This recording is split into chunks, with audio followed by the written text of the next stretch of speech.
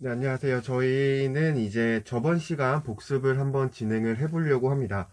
우리가 이제 저번 시간에 배웠던 건 이제 눈이 어떻게 구성이 되는지에 대해서 조금 배웠었고, 이제 안구는 크게 시각기라는 건 안구 부속기, 안구, 시신경, 이렇게 세 가지로 구분이 되는데, 어제는 안구에 대해서, 그러니까 저번 시간에 안구에 대해서 조금 배웠습니다.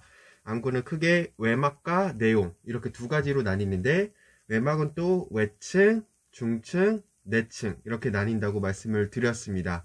그리고 외막과 내용으로 나뉘는데, 이제 내용에는 방수, 뭐 수정체, 유리체, 이런 게 해당이 하고요. 외막은 외층, 중층, 내층으로 나뉘는데, 외층에는 각막과 공막, 그리고 중층은 홍채, 모양채, 맥락막 합쳐서 전에 이제 포도막이라고 했었습니다. 그리고 이제 내층은 망막이 있었고요. 그래서 각각의 특징을 간단하게 한번 알아볼게요. 먼저 각막. 각막은 일단은 외층막에 해당하는데 앞쪽 5분의 1에 해당을 하고 나머지 뒤쪽 5분의 4는 공막에 해당한다고 말씀을 드렸었습니다. 그리고 각막의 특징은 이제 가장 중요한 건 투명하고 무혈관이다. 이게 조금 중요했었고, 이 각막이 하는 역할은 이제 빛이 망막에 맺힐 때 각막이 굴절을 시켜준다. 빛의 굴절을 담당하는 기관이다라고 말씀을 드렸었습니다. 그리고 이제 뭐 굴절률은 1.376 정도 해당을 하고, 그리고 이제 안구 총 굴절력의 80%에 해당한다고 말씀을 드렸었습니다. 그리고 이제 공막. 공막은 이제 우리가 눈을 봤을 때 흰 부분이 이제 공막인데, 요건 백색의 결합 조직으로 되어 있고, 투명하지 않은 부분입니다. 요거는 이제 안구의 형태를 유지하는 게 가장 큰 이제 기능인데, 그리고 여기에는 외양근이 부착이 된다고 했습니다. 근육이 이쪽 공막에 붙어 있다고 말씀을 드렸었고, 이 공막이 하얗게 보이는 이유는 혈관이 없어서도 있고, 섬유 조직이 교차되어서 빛을 반사시키기 때문에 하얗게 보인다고도 말씀을 드렸습니다. 그 다음 배웠던 거는 이제 포도막을 배웠죠. 이제 중층에 해당하는 홍채, 모양채, 맥락막을 배웠는데, 일단은 홍채는 일단 어떻게 보시면은 눈의 색깔을 담당? 그래서 우리가 이게 눈이 갈색으로 보인다. 갈색 눈동자자 이러면은 홍채가 갈색이다 이렇게 말씀을 드렸잖아요. 그래서 눈동자의 색깔을 결정을 하는 그 기관이고, 요거는 일단은 홍채의 중앙 부분을 동공이라고 했잖아요. 그래서 이 동공은 빛의 양에 따라 조금 바뀔 수 있다고도 말씀을 드렸습니다. 그리고 모양체는 말 그대로 근육인데, 이 근육으로 인해서 수정체의 굴절력을 감소시키거나 증가시킨다. 이거는 이제 조절이라고 하는데, 요거는 뒤에 제가 더 말씀을 드린다 했어요. 그래서 오늘 요번 주 수업 3교시에 아마 조절 파트에서 이 내용이 나올 거예요. 모양체근이 어떻게, 그러니까 모양체가 어떻게 작용을 해서 수정체가 굴절력이 바뀌는지 이렇게 나올 겁니다. 그 다음에 이제 그 다음 배웠던 거는 방수. 방수는 일단은 끊임없이 생산이 되고 끊임없이 배출이 되는데 그 양이 일정하기 때문에 양을 항상 유지한다고 말씀을 드렸었습니다. 이 방수가 하는 거는 수정체와 각막에 영양을 공급하기도 하고 이 눈의 안압을 유지한다고 말씀을 드렸습니다. 그래서 안압을 유지하지 못하면 이제 어떤 병에 걸릴 수도 있다고 제가 말씀을 드렸었거든요. 네, 맞습니다. 녹내장에 걸릴 수도 있기 때문에 이 안압 유지는 굉장히 중요하다고 말씀을 드렸었습니다.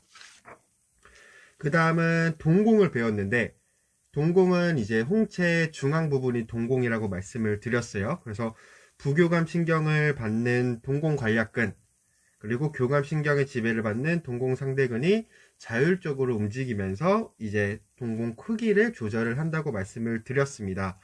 그래서 축동이 상동되는 것보다 빠르다고 했어요. 그러니까 동공이 작아지는 게 커지는 것보다 더 빠른 시간에 변한다고 말씀을 드렸었습니다. 그 다음 우리가 배웠던 거는 이제 수정체입니다. 수정체. 그래서 수정체는 어떻게 보면은 볼록 렌즈 형상이라고 말씀을 드렸는데, 이 볼록 렌즈의 형상이고 이거는 이제 빛의 굴절을 담당하는 기관인데, 여기가 이제 각막도 굴절을 담당하는 기관이고 수정체도 굴절을 담당하는 구간인데 두 가지가 조금 다르다고 말씀을 드렸었습니다. 이제 각막은 일단은 뭐 일정한 굴절력을 갖고 있어요. 어느 상황이든 똑같은 빛을 굴절을 하는데 이 수정체는 상황에 따라서 굴절력이 조금 변화한다고 말씀을 드렸었고요. 이 수정체 내 35%는 단백질, 그리고 나머지는 수분으로 구성이 되어 있다고 말씀을 드렸었습니다. 그리고 요거는 이제 우리가 아까 방수에서도 배웠다시피 방수가 각막이랑 수정체에 영양분을 공급한다고 말씀을 드렸잖아요. 그래서 이 수정체는 방수를 통해서 영양분을 공급받습니다.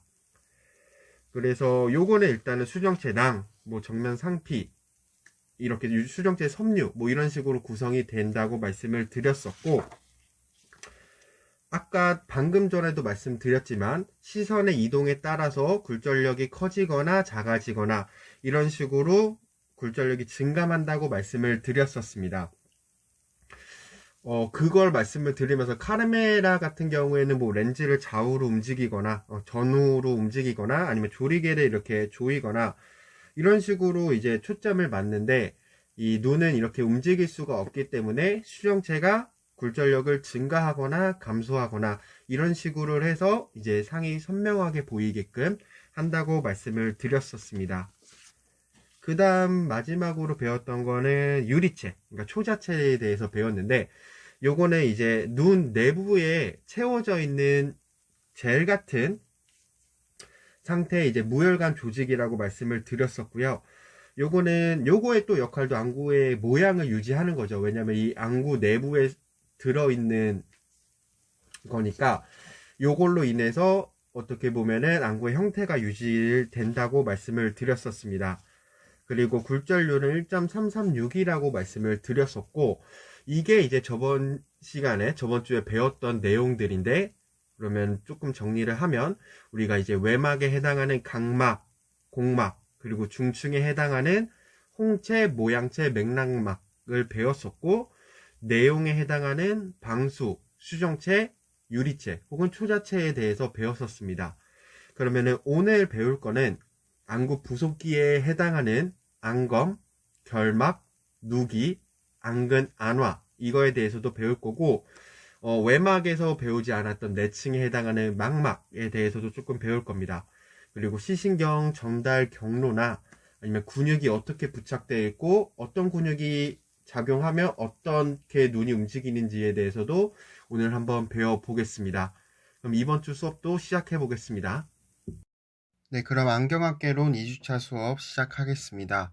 먼저 첫 번째 배울 거는 안검입니다. 안검. 안검은 이제 눈꺼풀이고요. 일단은 안검은 크게 두 가지로 나뉩니다. 상안검, 하안검. 그러니까 윗 눈꺼풀과 아래 눈꺼풀로 이렇게 두 가지로 크게 나뉘어지고요. 이 눈꺼풀이 하는 역할은 눈으로 들어가는 광선을 차단하거나 제한하는 기능을 한다. 그러니까 이제 눈꺼풀을 눈을 닫아서 이제 눈으로 들어가는 빛을 차단을 하거나 제한하는 기능을 합니다. 눈꺼풀은. 그리고 안구를 전방에서부터 이제 눈꺼풀이 보호를 해줍니다. 그리고 우리가 이제 자연스럽게 이제 눈을 깜빡깜빡 거리잖아요. 그러한 눈 깜빡임을 이제 숨목이라고 하는데 이러한 숨목을 해서 누액으로 안구 표면을 청정하게 만들고 각막을 수분시켜서 투명하고 각막을 보호 유지하는 기능을 합니다. 눈을 깜빡이면서 이제 눈물이 전체적으로 고르게 퍼지게 안구 표면에 고르게 펴지게 해주는 게 이제 숨목 현상이 하는 거고요. 그리고 그러한 현상을 하면서 각막을 수분시키고 투명하게 보호 유지하는 기능을 하는 게 안검입니다. 안검은 크게 피부층, 근육층, 검판, 검결판 이렇게 네 가지 층으로 구성이 됩니다. 근데 피부층은 이제 인체에서 가장 얇고 느슨한 부분이에요. 그래서 쉽게 부풀어 오르고 또 빠르게 회복되고 하는 게 이제 안검의 피부층입니다. 그래서 저희가 지금 눈 깜빡임을 숙목이라고 했잖아요. 이러한 눈 깜빡임 현상에 대해서 조금 자세히 알아볼게요. 일단은 기본적으로 잠잘 때는 안륜근의 긴장도를 이겨 폐검하고, 여기서 끊어주시고 먼저 요것부터 보고 넘어가겠습니다. 이 안륜근, 이 안륜근은 이제 눈둘레근이라고 합니다. 눈둘레근이고, 이것은 이제 얼굴에 있는 근육인데요. 이게 이제 눈꺼풀을 닫는 역할을 해요. 폐검하는 역할. 그래서 잠잘 때는 이 안륜근 때문에 폐검을 하고, 깨어 있을 때에는 상암 검거근 및 검판근의 긴장도를 이겨 개검하게 된다. 이것도 볼게요. 상암 검거근과 이 검판근, 이 검판근이 이제 뮬러근이라고도 하거든요. 근데 이 상암 검거근과 뮬러근이 하는 역할은, 이 두 가지는 눈을 뜨는 근육입니다. 그래서 깨어 있을 때는 상암 검거근과 뮬러근, 그러니까 검판근 때문에 이제 개검, 눈을 뜨고 있게 된다 라는 겁니다. 근데 일정한 감각으로 자율적으로 눈을 깜빡임을 한다. 그러니까 자연스럽게 이제 눈을 깜빡깜빡 거리는 순목 현상을 하는 거죠. 그러니까 이게 의도적인 게 아니라 자연스럽게 눈 깜빡임을 하는데, 이런 눈 깜빡이는 거는 양안이 동시에, 그러니까 양안이 하나씩 뭐 눈을 깜빡이는 게 아니라 같이 동시에 눈을 깜빡이는 거고요. 평균 약 0.3에서 0.4초간 진행됩니다.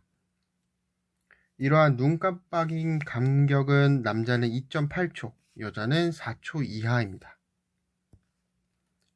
그러니까 통계적으로 남자가 조금 더 눈을 더 자주 깜빡거리는 거죠. 근데 이러한 눈 깜빡임을 할 때는 상암검의 움직임이 하안검의 움직임보다 크다. 그러니까 눈을 깜빡일 때는 윗 눈꺼풀이 아래 눈꺼풀보다 많이 움직인다, 이렇게 생각을 해주시면 됩니다.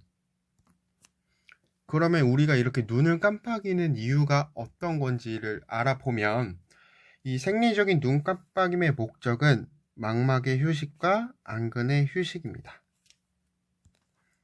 이 망막이 어떤 역할을 하는지는 뒤에 조금 알아보고, 이 안근도 뒤에 알아볼 건데, 기본적으로 우리가 이런 눈 깜빡임을 하는 이유는 눈에서 작용하는 것들이 조금 휴식을 취하는 거예요. 눈이 약간 휴식을 취하는 거다 라고 생각을 해주시면 될 것 같습니다. 그리고 속눈썹은 상안검에 100에서 170개, 하안검에는 상안검의 약 2분의 1가량 있습니다. 기본적으로 이제 속눈썹은 상안검에 조금 더 많아요. 하안검보다. 우리가 그냥 기본적으로 사람의 눈에 속눈썹을 봐도 위쪽이 훨씬 많은 걸 알 수는 있죠. 그리고 속눈썹의 길이는 10mm 내외입니다. 그리고 속눈썹 뿌리 주위에는 지각신경이 있어서 굉장히 예민한 부위예요. 속눈썹 뿌리 부분이. 그래서 이 먼지 입자나 이물질이 눈으로 들어가는 것을 방지합니다. 속눈썹이. 그러니까 어떻게 방지를 하냐면, 이 안열이 닫혀서 먼지나 이물질이 못 들어가게 하는 거예요. 아예. 이러한 속눈썹의 수명은 3에서 5개월 정도 되고요. 속눈썹이 이렇게 빠져서 다시 재생되는 거는 약 2개월 정도 걸쳐서 이제 생성이 된다고 생각을 해주시면 됩니다. 그래서 재생된 것은 2개월 정도 성장을 한다. 그리고 이제 눈썹은 이마에서 흘러내리는 땀이나 먼지가 이렇게 들어가지 못하게 하는 역할이다 라고 생각을 해주시면 됩니다. 요게 이제 안검에 대한 설명이었습니다. 다음은 결막입니다. 결막은 얇고 유연하며 평활한 투명 점막입니다. 그래서 이제 결막은 크게 세 가지 부분으로 구분이 되는데, 암구의 앞쪽 공막을 덮고 있는 구결막과 검판 후면에 붙어 있는 검결막, 그리고 검결막과 구결막을 연결해주는 원계결막이 있습니다.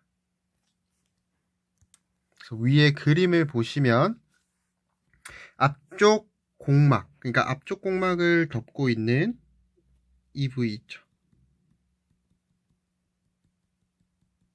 여기가 아니죠. 그러니까 공막 부분이니까 이 부위죠. 이 부위. 이 부위가 이제 구결막.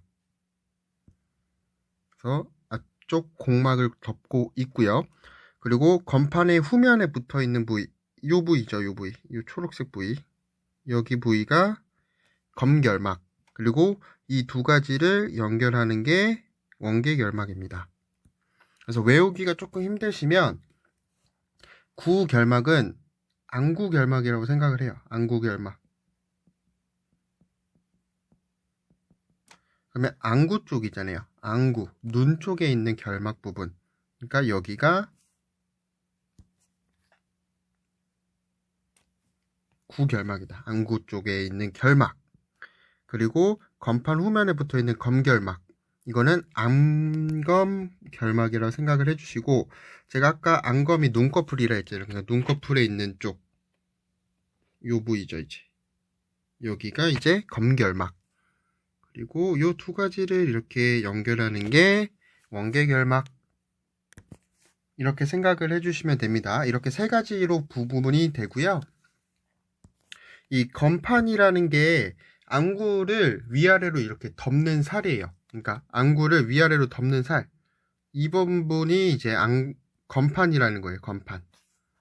그래서 건판 후면에 붙어 있는 게 검결막. 그리고 안구 쪽, 그러니까 공막을 덮고 있는 게 구결막. 그 두 개를 잇는 게 원계결막이다. 이렇게 생각을 해주시면 될 것 같습니다. 그래서 누액과 결막의 분비선에서 나오는 액으로 항상 젖어 있습니다. 결막은. 그러니까 이 부위는 항상 젖어 있는 거예요. 왜냐면 이제 눈물 혹은 결막의 분비선에서 나오는 액 때문에. 그래서 이렇게 눈을 깜빡거리면은 계속 눈이 서로 마찰이 있지 않고 눈꺼풀이랑 안구와의 마찰이 없어요. 항상 이게 젖어 있기 때문에. 그리고 이 원계결막 부분은 이동성이기 때문에 안구 운동이 자유자재로 움직이게 됩니다. 뭐 예를 들어서 눈이 갑자기 밑을 보게 될 때, 아래쪽을 보게 될 때 그림을 볼게요. 그림을 한번 지워보고,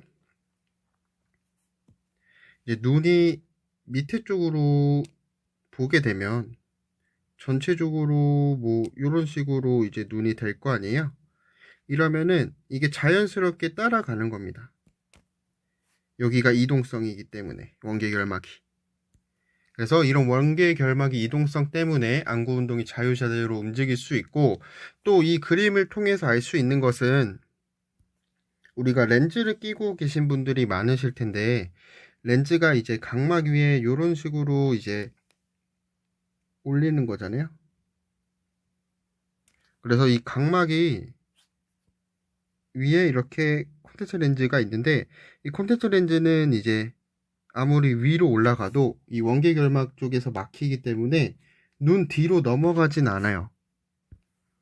그래서 간혹 이제 안경원에서 일을 하다 보면 이 렌즈가 눈 뒤로도 들어갈 수 있냐고 뭐 여쭤보시는 분들이 있는데, 이런 원계결막 때문에 렌즈는 뒤로 넘어가지 않는다. 이거는 그냥 기본 상식으로 알고 계시면 좋을 것 같습니다. 그리고 눈 깜빡임을 할 때 누액으로 각막 표면을 청소하여 광학정의 기능을 원활하게 한다. 이게 결막의 역할입니다.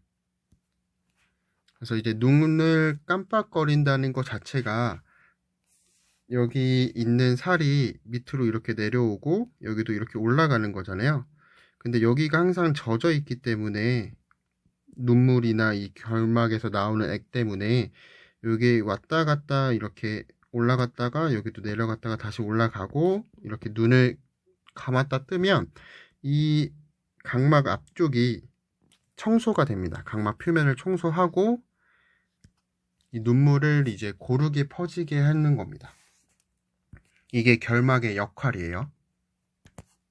그리고 다음은 이제 눈물에 대해서 한번 배워볼게요. 이 누기라는 부분은 이제 눈물을 분비하는 누성과 누액을 배출하는 누도로 구성이 됩니다. 그러니까 누성과 누도로 구성이 됩니다. 이 누선이라는 것은 눈물을 분비하는 곳이고, 누도는 누액, 눈물이 배출되는 곳입니다. 이 눈물은 크게 3계층으로 구성이 되어 있어요. 그래서 지방층, 수성층, 점액층 이렇게 구성이 되어 있습니다. 근데 일단은 왜 이렇게 3계층으로 되어 있는지를 알아보면 지방층이 가장 바깥쪽에 이렇게 있는데 그 이유가 눈물의 증발을 막는 겁니다.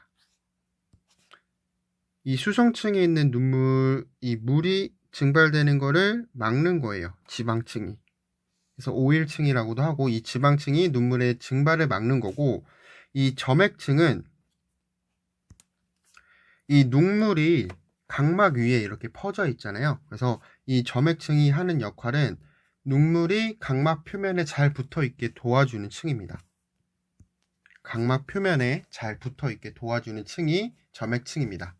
어떻게 그러면은 이제 눈물이 각막 표면에 잘 붙어 있게 해주냐면, 이 점액층에는 구성물질 중에 뮤신이라는 게 있어요.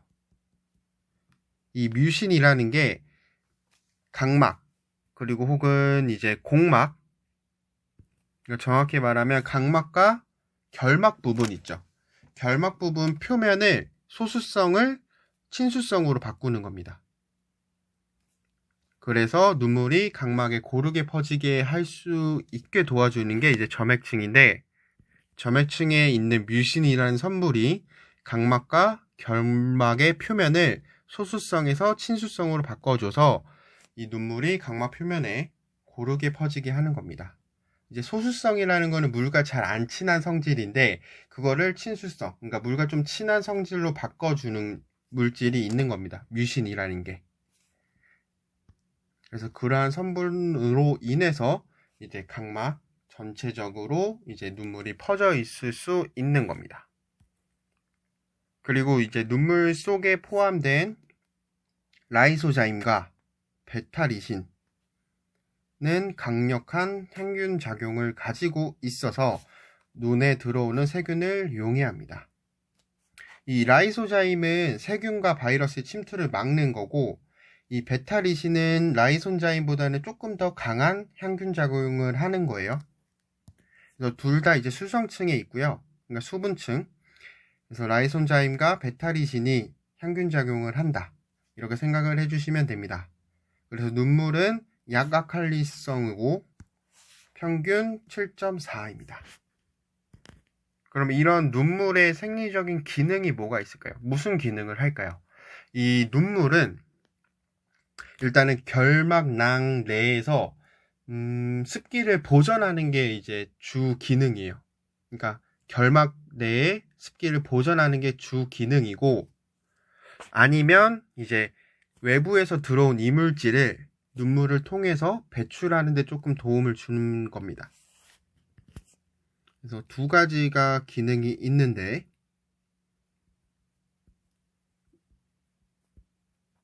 결막망 내의 습기 보존, 그리고 이물질, 외부에서 들어온 이물질 배출.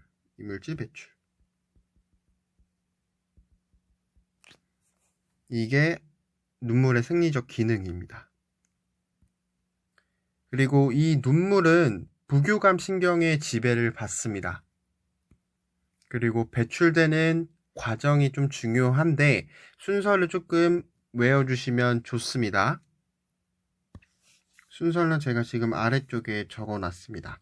일단 눈물점, 그 다음에 눈물관, 그 다음에 눈물주머니, 그 다음에 코 눈물관, 그리고 합의강.